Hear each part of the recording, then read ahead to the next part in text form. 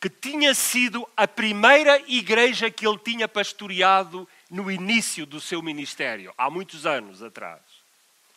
E quando ele chegou lá, a primeira coisa que ele disse foi: meus queridos irmãos, quando eu era o vosso pastor, eu dei-vos apenas metade do Evangelho. Hoje eu gostaria de vos dar o resto do Evangelho. Bem, eu não quero entrar aqui em detalhes sobre o que é que seria a metade e o resto do Evangelho.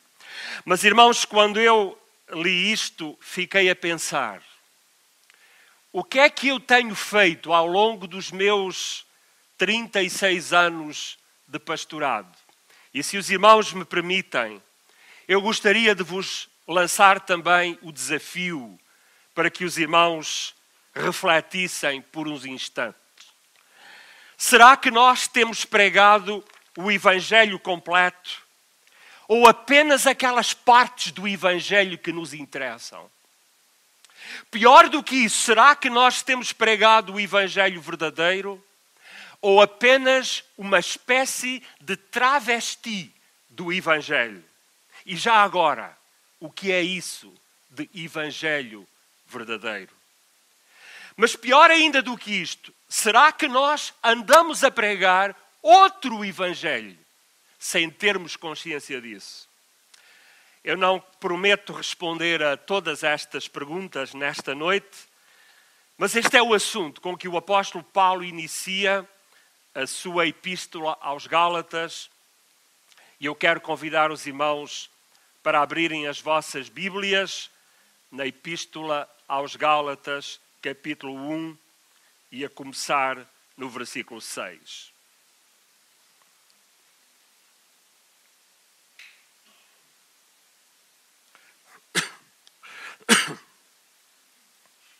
Gálatas, capítulo 1, versículo 6, diz assim: maravilho-me de que tão depressa passasseis daquele que vos chamou à graça de Cristo para outro Evangelho, o qual não é outro, mas há alguns que vos inquietam e querem transtornar o Evangelho de Cristo. Mas ainda que nós mesmos ou o anjo do céu vos anuncie outro Evangelho, além do que já vos tenho anunciado, seja anátema. Assim como já vos dissemos, agora de novo também vos digo: se alguém vos anunciar outro Evangelho, além do que já recebestes, seja anátema. Veja o que ele diz no versículo 6. Maravilho-me. Maravilho-me, nós geralmente usamos a palavra maravilhar no outro sentido, no sentido positivo, não é? Mas aqui é maravilho no sentido negativo do termo. Ou seja, admiro-me, fico espantado, fico surpreendido, porque tão depressa passastes daquele que vos chamou da graça de Cristo para outro Evangelho. Irmãos, esta expressão passar para, é uma expressão que se usa quando no cenário de guerra um soldado se passa para o outro lado do inimigo. E uma vez do outro lado, ele dispara na direção dos seus companheiros. Em termos militares, esta mudança de posição significa uma traição. Em termos teológicos, significa apostasia. O apóstolo Paulo não consegue entender como é que foi possível que pessoas que conheceram a graça de nosso Senhor Jesus Cristo, que tenham crido que Jesus Cristo era, na verdade, o Filho de Deus, que tenham aceitado a mensagem redentora da cruz, pudessem tão depressa crer num outro Evangelho. Que outro Evangelho era este? Será que Paulo se refere aos Evangelhos apócrifos? Nem de propósito, ontem à noite, na nossa igreja, no final do culto, apareceu lá um homem, já estávamos poucas pessoas na igreja, ele apareceu lá a dizer que queria falar com o pastor. E quando ele começou a falar, era um homem extremamente confuso, andava a ler os textos gnósticos, com todas as teorias gnósticas, e ele citou de cor uma série de evangelhos. Evangelho de São Tomé, Evangelho de São Tiago, talvez os irmãos nunca tenham ouvido falar nestes. Evangelho de São Filipe, Evangelho gnóstico de João, Evangelho de Maria Madalena. E já agora não se esqueçam que o nosso falecido José Saramago também escreveu o Evangelho segundo Jesus Cristo. Bem, claro que estes evangelhos ainda não tinham sido escritos na altura em que o apóstolo Paulo escreveu esta epístola aos Gálatas. Eram textos que ainda não circulavam e portanto, não foram, como é óbvio, aceites no cânon sagrado. Então, de que evangelho é que o apóstolo Paulo está a falar? Bem, Paulo referia-se à doutrina dos chamados judaizantes ou legalistas, que defendiam uma mistura dos conceitos cristãos e mosaicos, cristãos e os conceitos de Moisés. Os judaizantes tinham saído do judaísmo. Alguns podiam até ser fariseus, convertidos. Eles acreditavam em várias coisas. Eles acreditavam na necessidade das obras para a salvação. Porque eles diziam que a fé em Cristo não era suficiente. Outra coisa que eles defendiam era a continuidade da prática da circuncisão. E também a continuidade das festividades judaicas. Uma outra coisa que eles defendiam é que os cristãos não deviam ter contacto com os gentios. E uma quarta coisa que eles acreditavam é que Paulo não era apóstolo. Diziam eles que ele nunca tinha andado com Jesus, o que era verdade, quer dizer, não fez parte do grupo dos 12. Ele perseguiu a igreja e eles acusavam-no de destruir a obra de Moisés e por isso eles seguiam-no para todo o lado onde ele ia, minando o seu trabalho e minando a sua credibilidade como apóstolo. Não sei se os irmãos conhecem um versículo na epístola aos Filipenses que diz assim: guardai-vos dos cães, guardai-vos dos maus obreiros, guardai-vos da circuncisão. Irmãos, esta expressão que eu vou usar certamente não é uma expressão muito bonita, mas a ideia é que, os irmãos já vos aconteceu aproximarem-se de uma casa e um cão sair lá de dentro e ladrar. Às vezes até há um cãozinho muito pequenino lá perto de mim que ele detesta-me.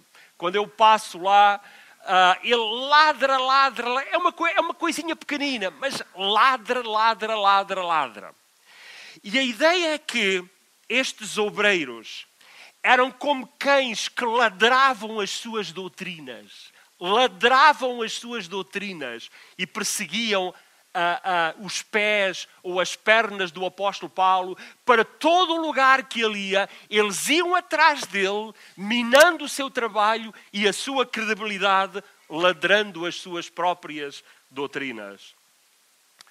Em resumo, o que os judeus antes diziam é o seguinte: quando alguém lhes perguntava, mas vocês são cristãos? E eles diziam, claro, nós acreditamos em Cristo, mas também achamos que precisamos de continuar a guardar a lei. No fim de contas, o que eles estavam a dizer é que Cristo não era suficiente para salvar. Não era suficiente para perdoar pecados. O sacrifício de Cristo não era suficiente para resgatar pecadores.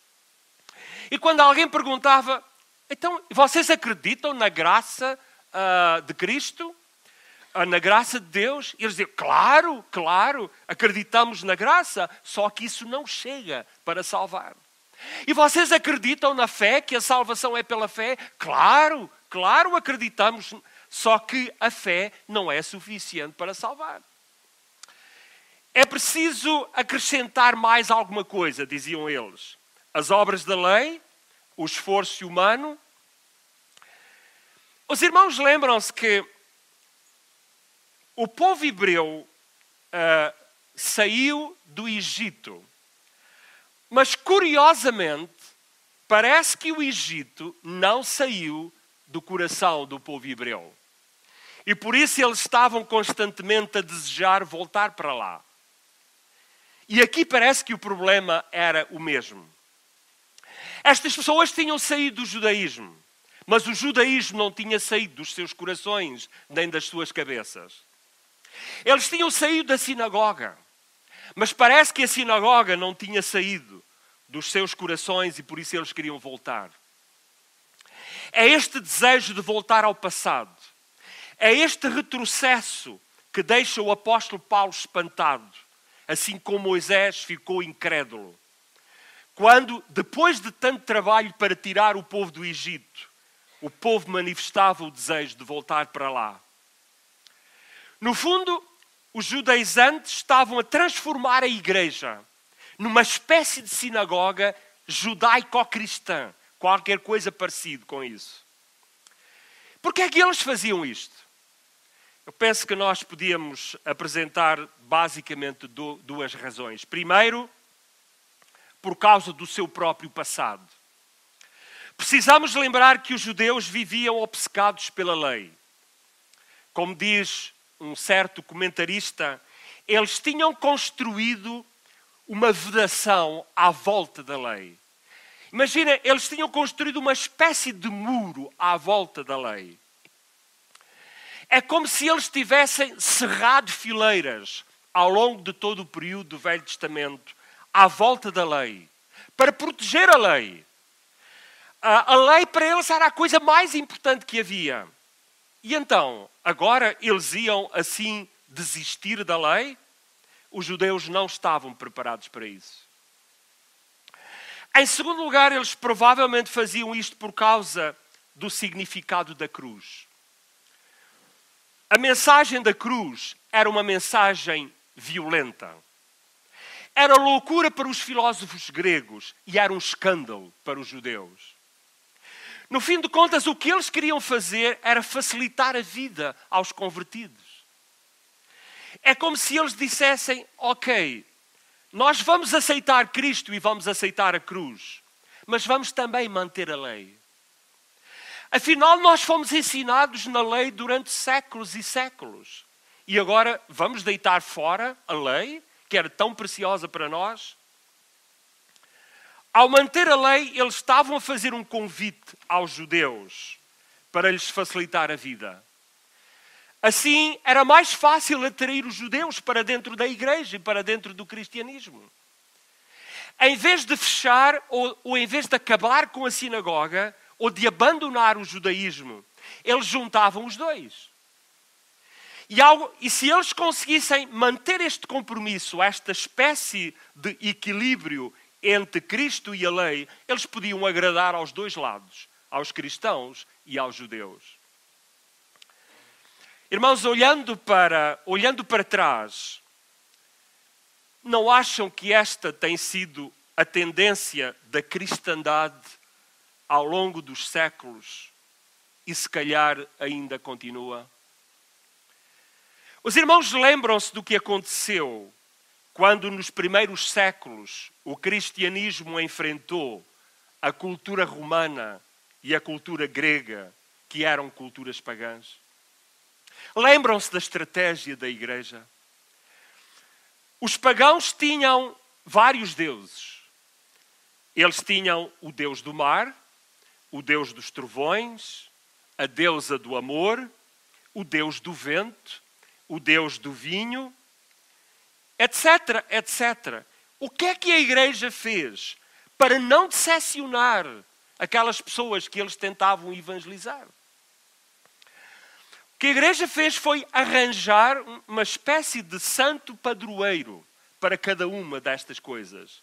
Santo padroeiro dos viajantes, o Senhor dos navegantes, a Nossa Senhora dos aflitos, a Nossa Senhora da Boa Hora, a Santa Bárbara dos Trovões, o São Pedro, que de alguma maneira dizem que controla o tempo, o Santo António, que é uma espécie de santo do amor e casamenteiro, o São Martinho, que é uma espécie de Deus do vinho, etc.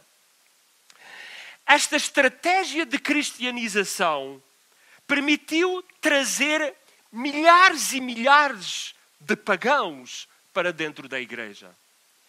É evidente que eles continuaram a ser pagãos, mas agora eles estavam cristianizados. Eles tinham apanhado um banho de cristianismo. E hoje, não será que nós estamos a fazer coisas semelhantes? Nós estamos a cristianizar ou estamos a evangelizar o mundo? Já que parece tão difícil que uma alma se converta com a pregação da cruz, por vezes a tendência é facilitar a vida às pessoas. É tornar fácil a entrada na igreja. E por isso, vamos aceitar a teoria da evolução, vamos aceitar os homossexuais, vamos fechar os olhos ao aborto, vamos fechar os olhos ao sexo antes do casamento, vamos fechar os olhos aos homens e mulheres, a alguns membros das nossas igrejas que vivem e dormem com os seus amantes, com os seus companheiros. Enfim, vamos ser uma igreja inclusiva. É isto que alguns defendem. Não vamos interferir com a vida privada das pessoas. Vamos deixar de lado a questão moral. Não vamos interferir com a vida privada dos membros da igreja. Não é isto que algumas pessoas defendem hoje? Mais uma vez, irmãos, como as igrejas parece que não crescem como nós gostaríamos. Como o homem moderno se escandaliza com a mensagem da cruz e defende uma igreja aberta. O homem moderno defende uma igreja inclusiva, liberal, tolerante. A tendência é que os cristãos baixem a fasquia, baixem os níveis de exigência no que respeita à santidade, à vida moral, para que mais gente possa entrar para dentro das igrejas e elas possam crescer. Vamos ser mais tolerantes. Os irmãos sabem que nas escolas públicas, em parte, é isto que já se faz. Os alunos nem sempre gostam de estudar o suficiente, mas é preciso que eles não chumem. Então, baixam-se os critérios de avaliação para que assim toda a gente passe e os nossos governantes já podem levar as estatísticas para a União Europeia dizendo que as nossas crianças têm um elevado sucesso nas escolas. Toda a gente é inteligente. Vejam só, ninguém chumba, toda a gente passa. Que maravilha! Irmãos, nas igrejas também se baixa a fasquia. E o resultado é que nós temos pessoas batizadas que se calhar nunca se converteram. Eu tenho descoberto alguns na minha igreja. Nas vossas igrejas eu não sei. Nós temos evangélicos com uma mentalidade católica, porque aparentemente saíram do catolicismo, só que o catolicismo nunca saiu dos seus corações. Há muitos anos eu fiz um funeral de uma senhora, membro da minha igreja, e eu preguei no cemitério, e no final da cerimónia, a filha veio falar comigo e veio agradecer e dizer: pastor, obrigado, foi uma cerimónia tão bonita. Só que, pastor, faltou uma coisa. Disse: o que é que faltou, minha irmã? O pastor esqueceu-se de rezar o Pai Nosso. Disse: Irmãos, os judaizantes consideravam-se cristãos, mas eles tinham uma mentalidade judaica. E quando eles acrescentaram a lei à graça de Cristo como condição para a salvação, o que eles estavam a fazer era facilitar a vida aos judeus. Só que ao fazer isso, o evangelho que eles pregavam, se calhar já não era o evangelho de Cristo, era outro evangelho. É isso que Paulo denuncia nesta carta aos Gálatas. A palavra outro significa diferente. Diferente. O outro evangelho dos judaizantes era diferente do evangelho de nosso Senhor Jesus Cristo, porque a salvação já não era baseada na graça. Aliás, no versículo 7, Paulo apressa-se a dizer o qual já não é outro. Primeiro ele diz que é outro, mas depois diz que não há outro. Ou seja, eles pregam outro evangelho, mas atenção, de facto não há outro evangelho verdadeiro. Só existe um. Aliás, no Velho Testamento a Bíblia também faz referência a outros deuses. Algumas pessoas ficam confusas. Pastor, afinal a Bíblia fala de outros deuses. A Bíblia diz que há outros deuses, fala de outros deuses. De facto não há outros deuses. Só há um Deus verdadeiro. E ainda no versículo 7, o apóstolo diz que alguns vos inquietam, querendo transtornar o evangelho. Transtornar significa modificar. Modificar o evangelho. Eles tentam modificar o evangelho para o adaptar às circunstâncias. Eles tentam modificar o evangelho. Ao longo dos tempos, sempre tem havido tentativas de modificar o evangelho, de polir a cruz. Porque a cruz é demasiado agressiva. A cruz está manchada de sangue. A cruz é feia. A cruz lembra os nossos pecados e mexe com a nossa culpa. Então é preciso embelezar a cruz. É preciso envernizar a cruz. É preciso polir a cruz para que ela fique mais bonita e mais atraente ao homem moderno. É isto que algumas pessoas defendem nos dias de hoje. Foi o que aconteceu no século passado. Os teólogos liberais tentaram polir a cruz e tentaram modificar o evangelho para que ele fosse mais atrativo para o homem moderno. O homem moderno é o homem que tem uma mente científica, inteligente. Então eles tentaram tirar da Bíblia, principalmente dos evangelhos, os elementos sobrenaturais, ou seja, aquilo que eles chamaram os mitos da Bíblia. Eles tentaram tirar dos evangelhos os milagres de Jesus, porque o homem moderno não acredita nessas coisas. Isso é tropeço para que o homem moderno se converta. Só que quando eles tentaram tirar o sobrenatural da cruz, o que sobrou já não era evangelho, era outra coisa. Ou então seria um evangelho mutilado.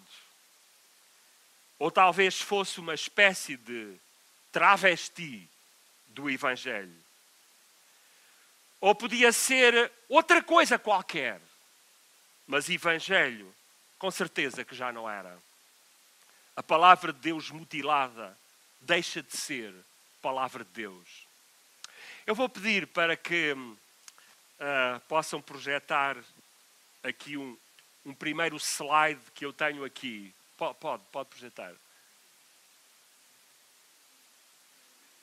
Se não me engano, este é o Ronaldinho, não é? Ok, o Ronaldinho. Os irmãos sabem, os irmãos olham para isto e sabem que isto são caricaturas, não é? Ou será que este é o retrato deles? É o retrato ou não? Não, não é o retrato. Qual é a diferença entre retrato e caricatura?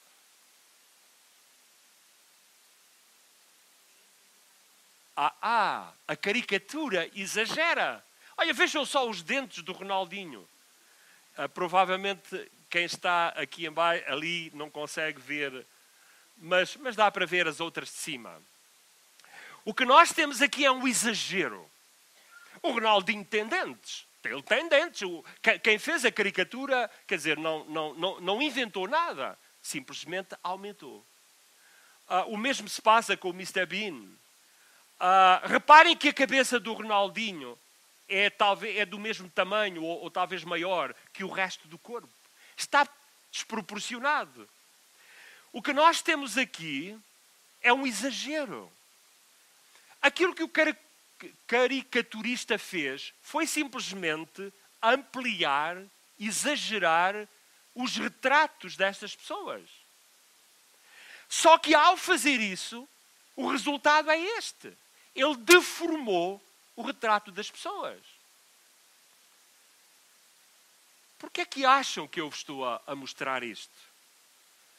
Porque nós temos aqui o mesmo problema em termos teológicos com a questão do Evangelho. Quando as pessoas exageram algumas coisas do Evangelho, o resultado já não é Evangelho. É uma caricatura do Evangelho. É uma deformação do Evangelho. E o que eu gostaria de fazer agora era apresentar-vos 4 exemplos de caricaturas do Evangelho que eu entendo que existem nos dias de hoje. A primeira é aquilo que eu chamaria uma ênfase, eu diria exagerada, a palavra não está lá, uma ênfase exagerada em determinados temas ou doutrinas. Isto para dizer, irmãos, que quando as denominações, incluindo a minha, e quando as diversas igrejas existentes colocam uma ênfase numa determinada doutrina e em detrimento de outras, estão provavelmente a criar caricaturas do Evangelho. O que define a caricatura é que exagera-se, por exemplo, os dentes, ou exagera-se a cabeça em detrimento do resto do corpo. A cabeça fica enorme, o corpo fica pequenino. Portanto, o que eu estou a tentar dizer é que às vezes parece que nós exageramos determinados temas em detrimento de outros. E eu pergunto, ao fazer isso, se não estamos a criar uma caricatura do Evangelho? Aliás, de vez em quando nós notamos que no nosso meio evangélico surgem determinadas modas teológicas. E isso é visível, por exemplo, pelos livros que aparecem nas nossas livrarias evangélicas. Aqui há uns anos havia uma moda que era anjos. A quantidade de livros que apareceram aí acerca de anjos. Lembro-me de uma outra época em que não se falava de outra coisa que não era de dons espirituais. O que é uma coisa espetacular. Mas as livrarias apareciam cheias de literatura acerca disso. Algumas igrejas, alguns cristãos enfatizam as curas, os milagres. Outros talvez falem muito em dinheiro, em prosperidade. Há outras que enfatizam os dons espirituais. Há outras que falam imenso acerca do Espírito Santo, enquanto para outros parece que o Espírito Santo nem existe. Há outros que passam o tempo a falar de escatologia, das últimas coisas e acerca de profecia. E os irmãos podem perguntar, então, mas essas coisas não são bíblicas? Claro que são. Claro que são bíblicas. Devemos falar sobre elas. O problema, irmãos, pode ser o exagero. Quando se enfatiza demasiado um tema ou uma doutrina e estamos a negligenciar os outros temas e as outras doutrinas, provavelmente estamos a criar uma caricatura do Evangelho. E nós acabamos de ver que uma caricatura não é o retrato fiel. Uma outra caricatura é a ênfase nas experiências e nas emoções. Alguns cristãos às vezes dizem, a Bíblia diz isto ou aquilo, mas eu tive uma visão. A Bíblia diz, Deus na sua palavra diz isto ou aquilo, mas eu ouvi uma voz. Eu tive um sonho, eu tive uma revelação. Deus diz isto ou aquilo na sua palavra, mas a mim, o Senhor disse-me alguma outra coisa diferente. Irmãos, dá a impressão que a nossa experiência pessoal, a nossa visão, a nossa revelação e o nosso sonho é superior, ou igual, ou até superior à revelação bíblica. E aí nós temos um sério problema. Quando as nossas visões, entre aspas, e os nossos sonhos, e aquilo que nós pensamos que são as nossas revelações, têm um valor igual ao valor da Escritura, aí nós temos um problema sério. Eu não sei se os irmãos, quando sobem ao púlpito das vossas igrejas, têm o hábito de dizer: meus irmãos, esta semana eu não sabia sobre que assunto é que devia pregar. Mas Deus disse-me, de repente Deus disse-me para eu vir aqui hoje e falar sobre isto. Às vezes, irmãos, eu fico com a impressão que isto é um truque que os pregadores usam para captar a atenção dos ouvintes e que serve para elevar o nível da espiritualidade do pregador aos olhos do seu povo e da sua congregação. E outros já não se contentam em dizer: eu orei e o Senhor disse-me. Hoje há pessoas que dizem que sobem ao céu durante a semana. Andam lá por cima e dizem que falam com anjos, que falam com Deus, que conversam com Jesus, têm longas conversas com Jesus e depois voltam e no domingo seguinte eles pregam acerca disso. Os membros da igreja devem pensar: ei lá, o meu pastor é um homem muito espiritual. Ele até vai ao céu durante a semana, fala com os anjos e depois volta à terra. Irmãos, com todo o respeito, por norma, eu não faço isso, mas isto sou eu.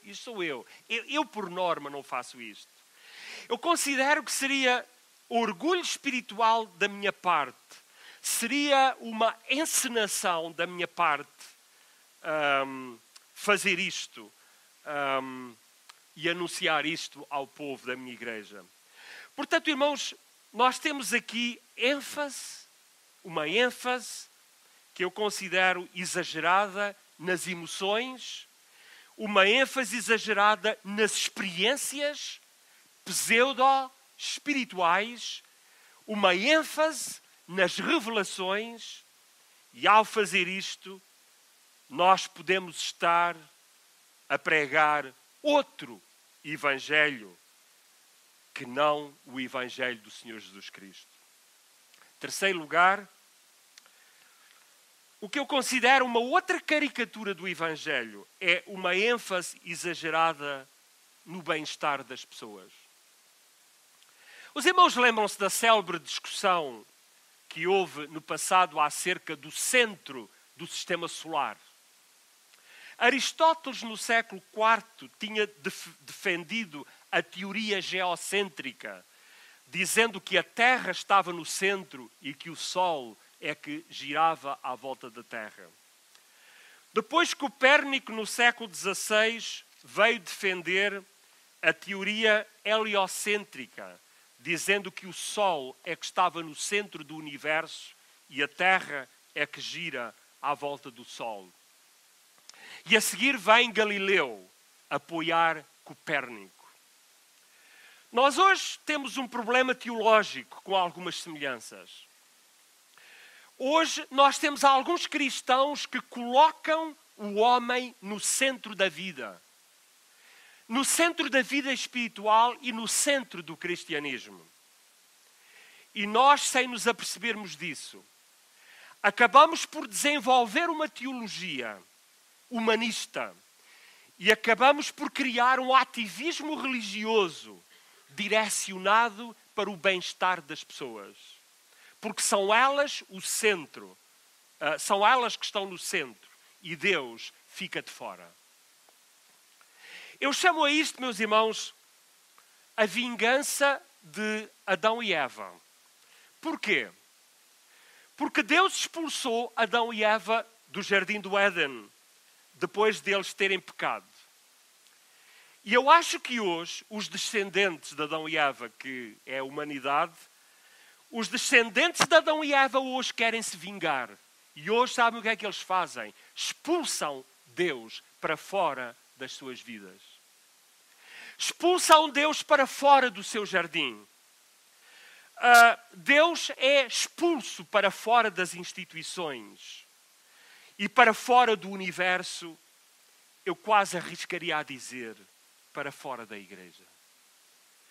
Como sabem, há hoje um movimento ateísta, humanista, secularista, que tenta apagar da sociedade todos os símbolos visíveis de Deus e da religiosidade que existem.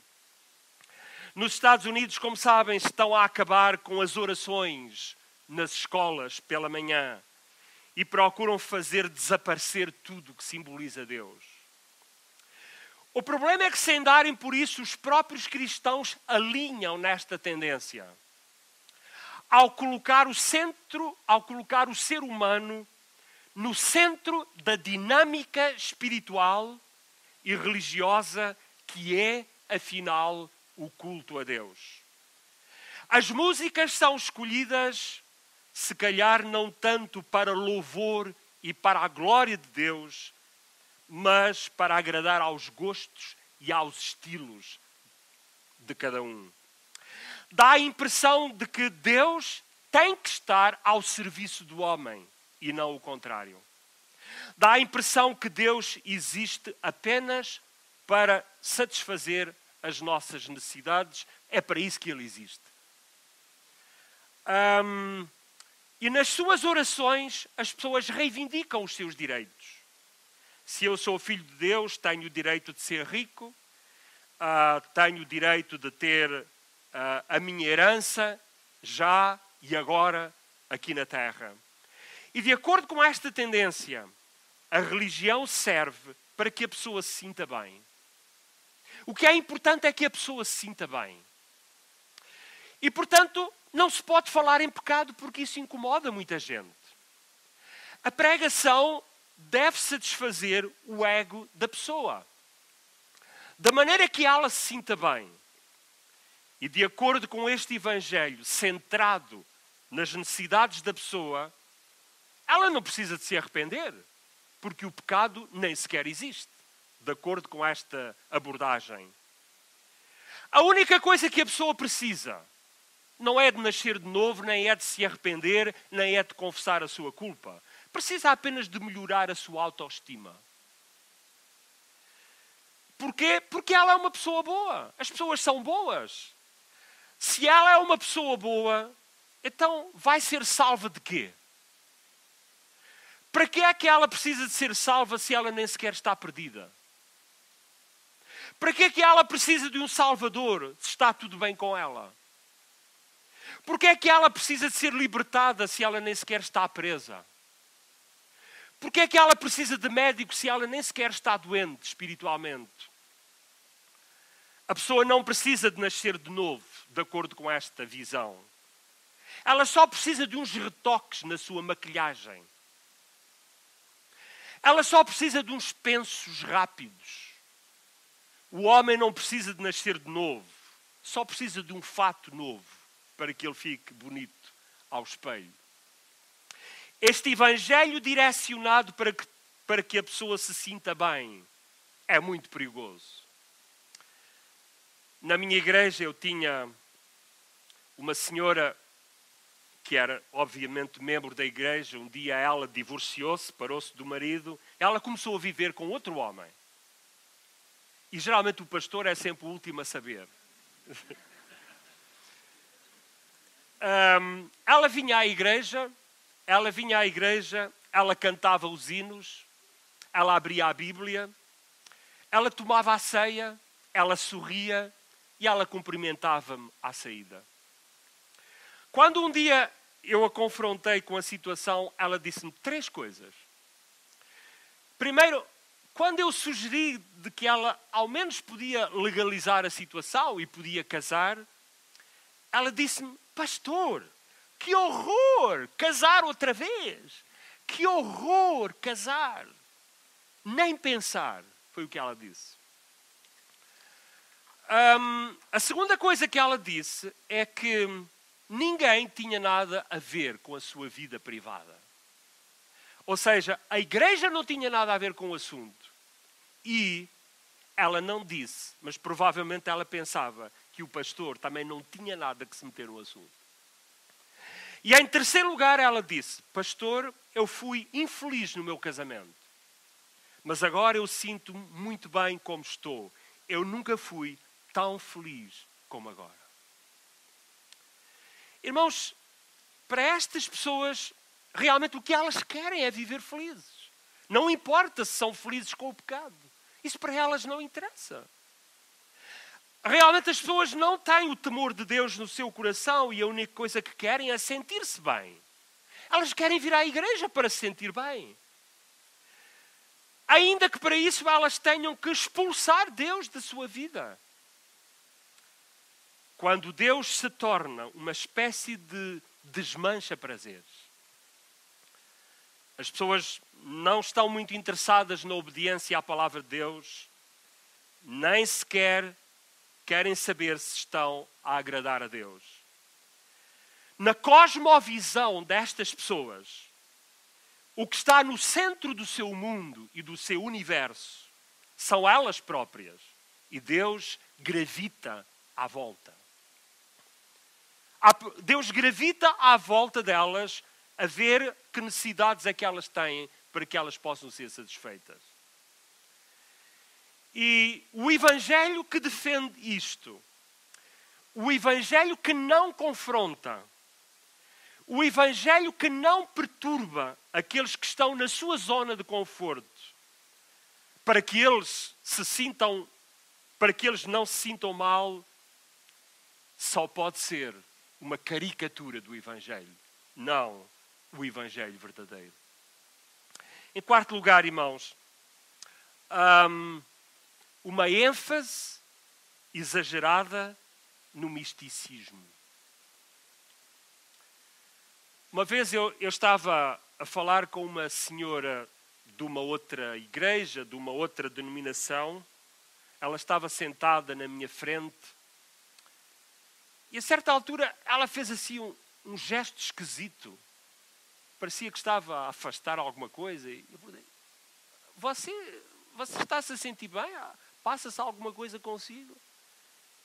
E ela olhou para mim de uma forma muito natural e ela disse-me: não há problema nenhum. É só porque passou aqui um anjo e a asa do anjo tocou aqui na minha cara.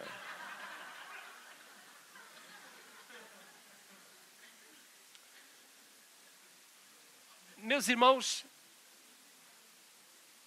no passado, eu vou dizer isto baixinho para que ninguém nos ouça, mas no passado nós criticávamos os católicos por causa das suas superstições, por causa das suas crendices, por causa das suas bruxarias. Agora eu já não digo mal dos católicos. Porque eu acho que alguns evangélicos são piores. São piores.